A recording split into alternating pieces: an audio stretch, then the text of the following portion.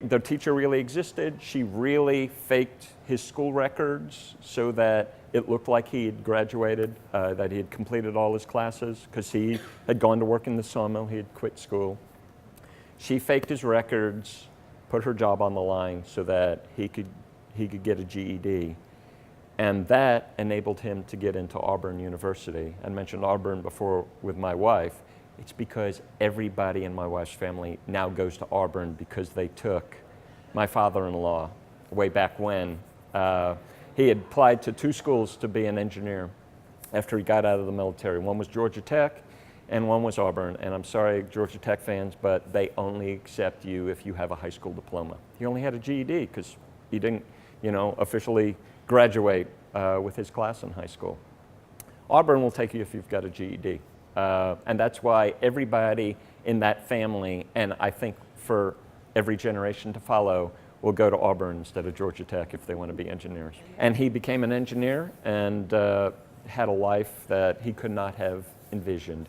If he was, in this picture and suddenly got a flash of his future life with this remarkable woman as his wife and the 3 incredible children, one of whom would become my wife, he would not have believed it. It would have been like science fiction to him. He exceeded beyond his wildest expectations. And the remarkable thing is, so did the other 2 brothers. So we all know people who blame their rotten childhoods on the bad decisions they make as adults, right? They say, oh, if I'd been loved more as a kid, if I had gotten more opportunities as a kid. Well, these kids had no opportunities. You saw what the parenting was like. So there's no love at home, no opportunities for them, and yet all 3 of them became incredibly successful as adults.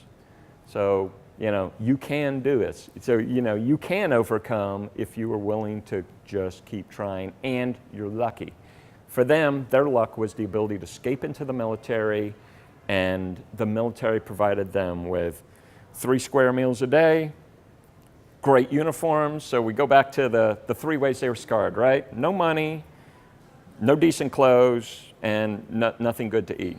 So the military covered all those 3 things, and in spades, gave them skills, gave them education, and life was so hard for these kids that life in the military was a cakewalk. It was, people are grousing and, the city boys are whining and falling out during basic training.